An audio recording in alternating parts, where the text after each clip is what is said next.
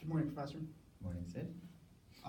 So today I just wanted to talk to you a little bit more about the intersection of climate change and national security issues, and a little bit more about some of the work that one of the student organizations that I lead did regarding this issue.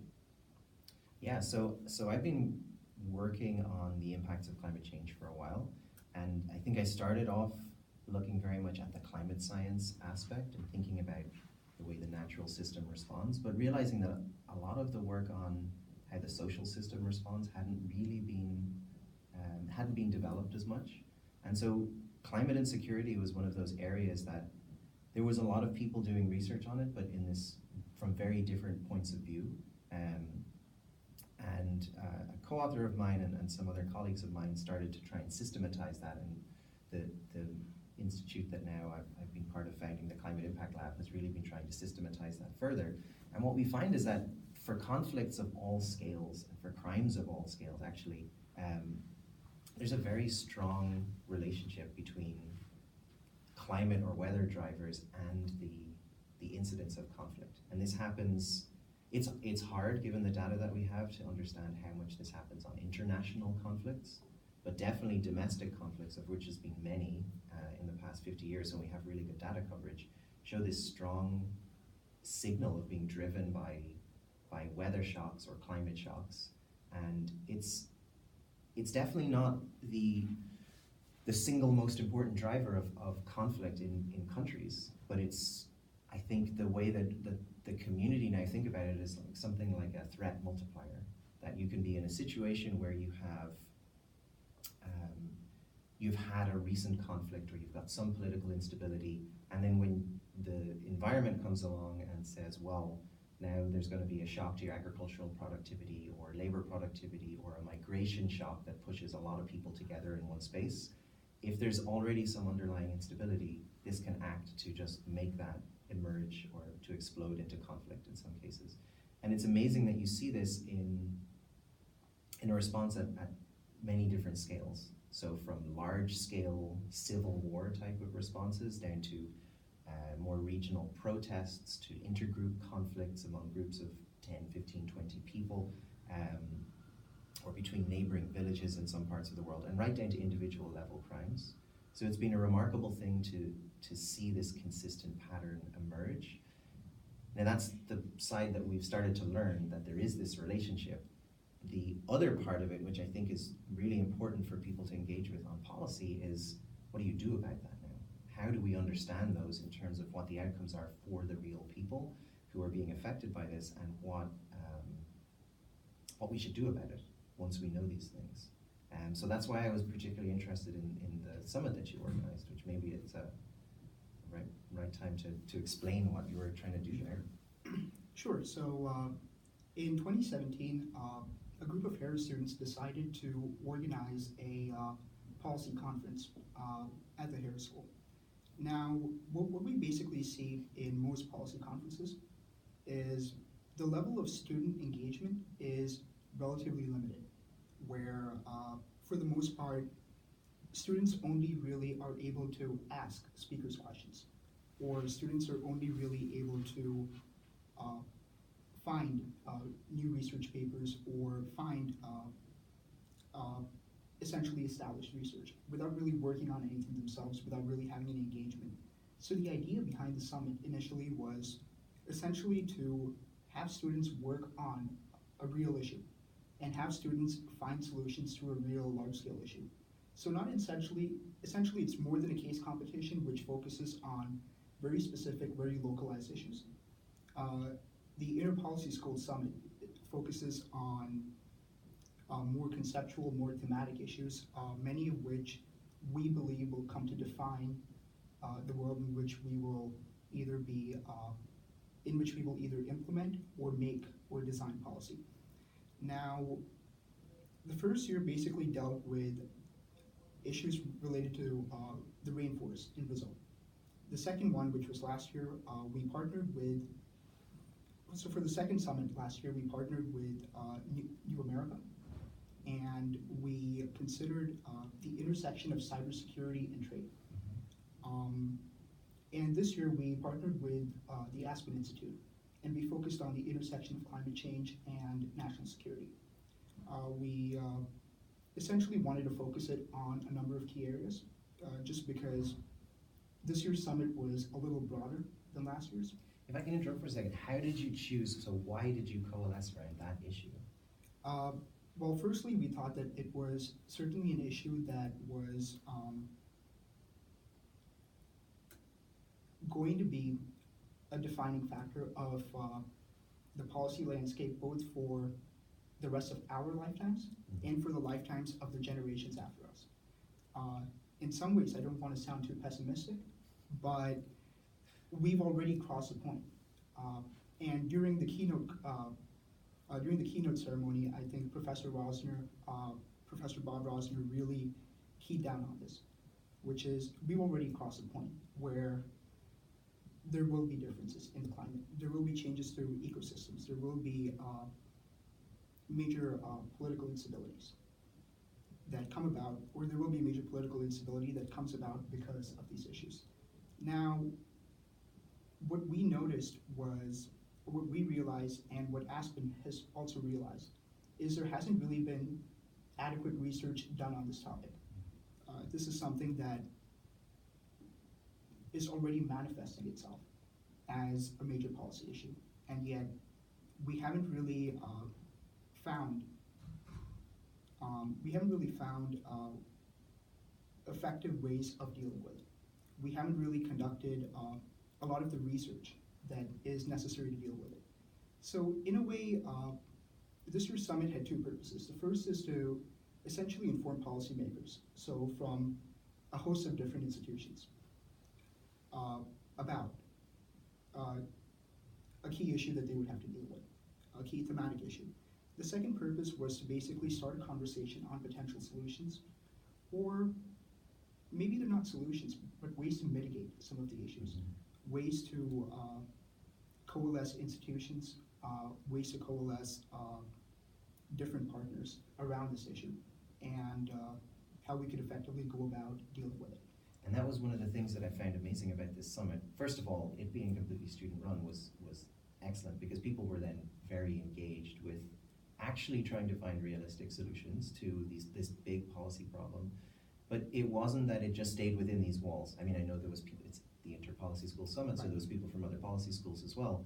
But you were actually trying to make outputs that would engage with people currently working on these issues in different institutions all over the world, which I thought was a fantastic thing to do. So I'm jumping ahead, but you can explain some of those things as we go along.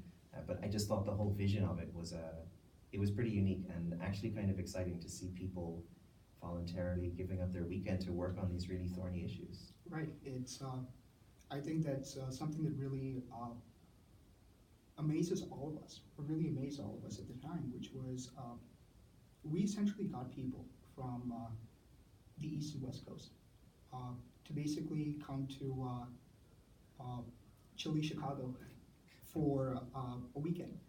We got people from other countries. We got people from France, from Sciences Po. We got people from the London School of Economics in the UK. We got students from Uruguay, and it was really quite heartening to see that level of engagement around an issue that will come to define our lifetimes. And I think that's something that a lot of the participants realized. I think that's something that a lot of them understood, especially reading through some of their applications, where this is an issue that many of them have chosen to base their careers around, that many of them have chosen to conduct a significant amount of research on. And it's really heartening to see people from all over the world, from different institutions, come to the University of Chicago and, as you said, sacrifice a weekend to discuss these issues. And so what were the different thematic areas that you ended up working on? So we worked on labor, we worked on coastal issues, we worked on migration, conflict, agriculture, and health. Okay. And just more generally, the thematic solutions that we found was, firstly, all of these issues intersect. Something that occurred during some of the presentations were we had a lot of engagement between the teams during the Q&A sessions, and that was largely because the work that each single team did was not limited to that area. Another thing that we noticed was when teams came up with their solutions that basically involved different institutions around the world, a lot of the institutional partners were the same. So we essentially saw, very obviously, we saw a lot of need for engaging partners both in the intergovernmental, in the regional, in the national, local, and in federal states on the state or provincial level. And what was really interesting to see was also how we got partners from, or how they suggested partners from civil society, how they suggested partners from research institutions, and basically how, in many sense, this became an absolute or a total issue that required nearly every institutional actor that's involved in the policymaking process to get involved in. What this also led us to believe was all of these issues can be dealt with a few pieces of legislation or with a few treaties that obviously would have to be ratified, that would have to be followed through on. But it was definitely, or it was certainly very interesting to see how all of these were very related, how all of these needed a unified response from essentially every policymaking institution in the world. I think, so that makes me think of two things. That the latter part of what you said about not necessarily seeing the simplicity of the solutions, but the fact that solutions seem to exist is something that has been discussed and not really known, but definitely discussed within the world of climate policy for a long time, that the solutions that we need to many of the worst impacts of these things are known. They're things that we know today and things that we could do. Getting them actually passed or getting people to engage with them is easier said than done, obviously.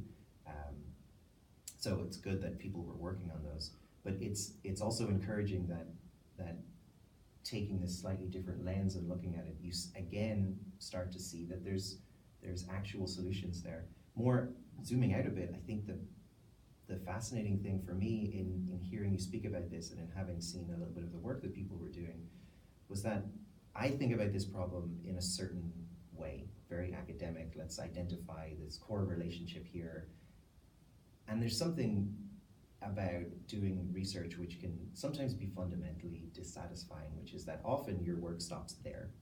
And that's why it's so encouraging to be working in a policy school and to be seeing students doing this, because your skills and your talents, and I think what you're learning to do is to go from that point, I mean sometimes actually generating the research as well, but to go from that point and actually do something with it. So in identifying who the people affected are, identifying who can actually come to this, to make this solution, and that's pretty unique for me to see that. It's something which happens with students like yourself who are here. There's massive diversity in this school and people with different backgrounds and different points of view and bringing different pieces of knowledge to the table.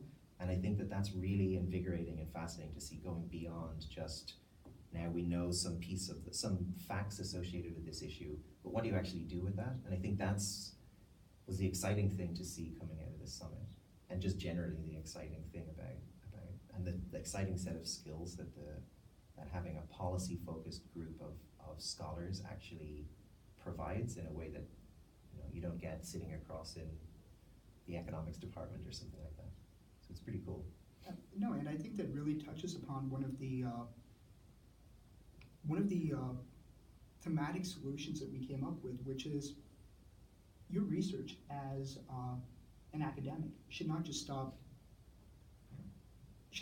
when a paper is published, or should not just stop when you give remarks at a conference.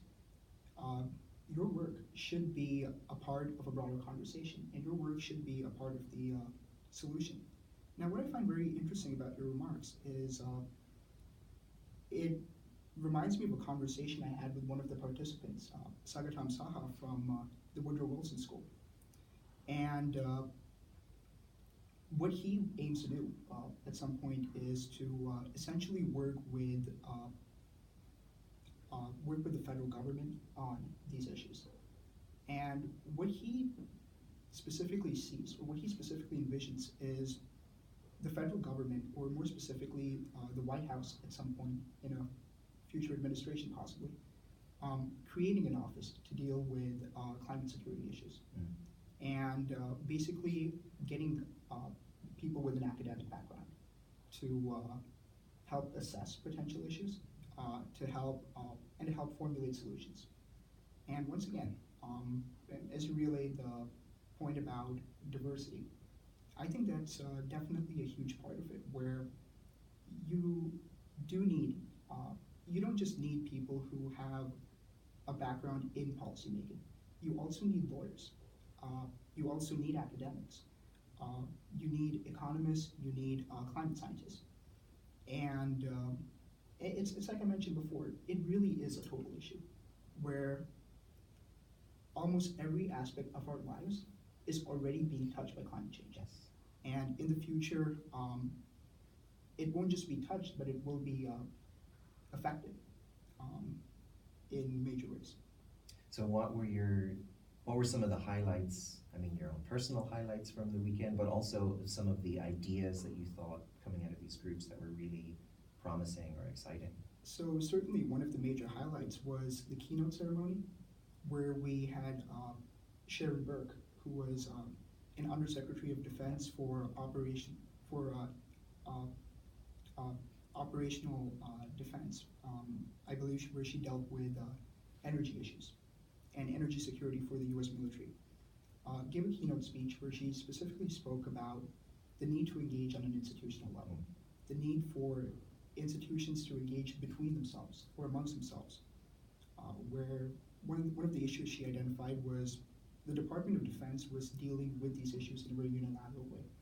I think another major highlight was definitely the panel that followed, where I believe it was you, Professor Rosner, Ms. Burke, and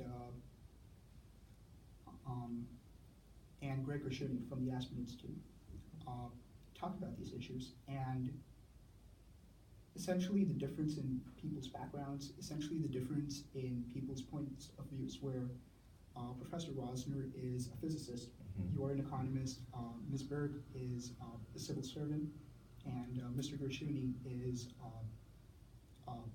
or was a civil servant in the past. And just essentially seeing the difference in points of views, the difference in perspectives, and understanding how we could go about identifying these problems using a multidisciplinary approach was very, very educational. When it came to the summit itself, one of the really great things to see was the group dynamic, where we did have people from different institutions. We did have people who had never met one another, but who could almost automatically come around and work on these issues together. Once again, one of the key highlights was, highlights when it came to outcomes was definitely the identification of major issues, and also the identification of solutions. Typically, whenever we open the newspaper, or whenever we open an academic journal, something that we always see is problems being listed. And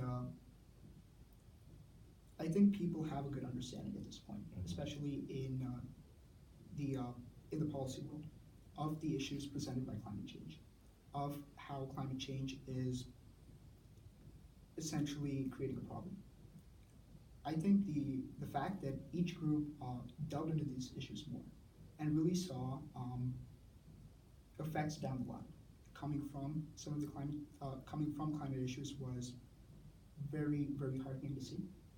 And I also think that I was amazed by just the fact that we had solutions. And you did touch upon this earlier, where we did have solutions to these issues manifest, or essentially be mentioned. So the big final question, I guess, then is, we don't want the research to stop. Mhm. To stop at the office door of the researchers, and but we also don't want the policy solutions to just stop at the door of the policy school. What are you going to do from here with those ideas? What do you think the influence or the impact of this event was? So we're going to be publishing a white paper. So we're working on that right now. We're working with the Aspen team. All of the teams from the summit have already submitted their papers. We're currently in the process of editing those and getting those ready for publication. Very soon it will be published on Aspen's website. And Aspen will be inviting some of the participants to one of their conferences over the summer, where these ideas will be presented to policymakers. Now, in the United States at least, and in some ways this extends to the rest of the world just because of the influence of the United States, we're in a very gridlocked environment. We're in an environment where, we're in a political environment where not much can be done. But people recognize that. Yeah. And when it comes to policymakers, when it comes to politicians, people do recognize the need to, in many ways, ungridlock ourselves. In many ways to come around and solve these issues together. I don't think anything will be done immediately on these issues, but I do see some of the solutions that the groups posted be adopted as policy a few decades down the line. And one of the things, maybe just my final thought on this, so when I was doing, more of a personal anecdote, when I was doing my own master's program about 10 years ago, before I was thinking about doing research, a question was posed to me by one of the faculty about climate adaptation, and the idea just took hold in my mind and has determined a lot of what I've done since. And I think there's likely to be something like an impact like that from this conference, which is hard to quantify to some extent, but you brought together a lot of people whose ideas have now just cross-pollinated with each other's, and maybe that will lead to them doing something slightly different in the future, and that's a hard thing to quantify, but I think also potentially an excellent outcome. That's something that all of us do hope for. Yeah. And I don't think that's an unreasonable hope. I do see many of our participants going on to work on these issues directly. And I see many of them playing key roles in solving these issues. So although climate change and climate security is on many levels a very pessimistic topic, I'm very optimistic about the future. I'm very optimistic that we can all come together and that we can all solve these issues and create a safer and in many ways a more adaptable world for tomorrow. No better way to end than that. Thank you very much, and thanks for organizing it. It was a really great event. And thank you for being willing to take your time to speak to our participants. No problem.